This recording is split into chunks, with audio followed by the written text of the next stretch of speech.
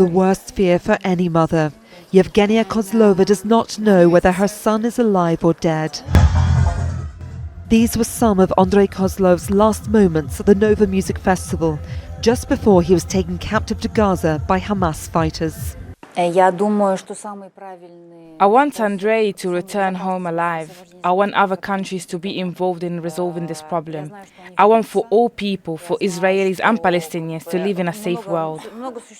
She says she's doing all she can, from joining protests to meeting Russian officials. I want everyone to hear that Andrei arrived in Israel in August 2022. He has never served in the Israeli army, only in the Russian army. He is a Russian citizen, so I hope that will influence his release. Andrei's girlfriend Jennifer says Prime Minister Benjamin Netanyahu's government is not prioritizing the welfare of those held captive. Our government and Prime Minister has time because he has two goals. And we have one goal. We want to bring our hostages home. They should be home long time ago. I'm not sure that Bibi understands it, our Prime Minister. It has to be now.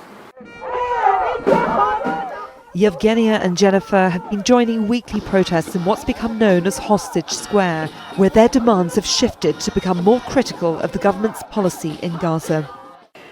Andrei's picture is just one of 136 plastered across Israel for many weeks with the message, "Bring them home now."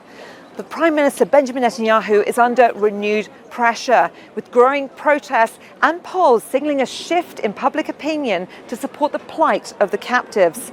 And now cracks are appearing in his war cabinet.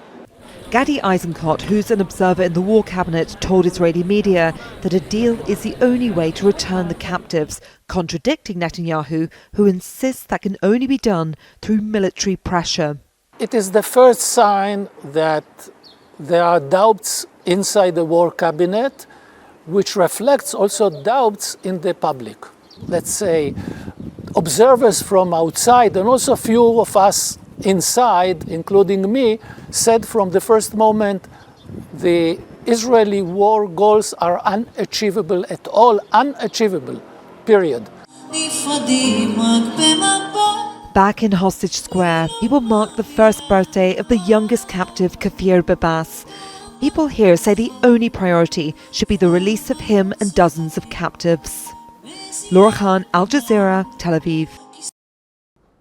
Make sure to subscribe to our channel to get the latest news from Al Jazeera.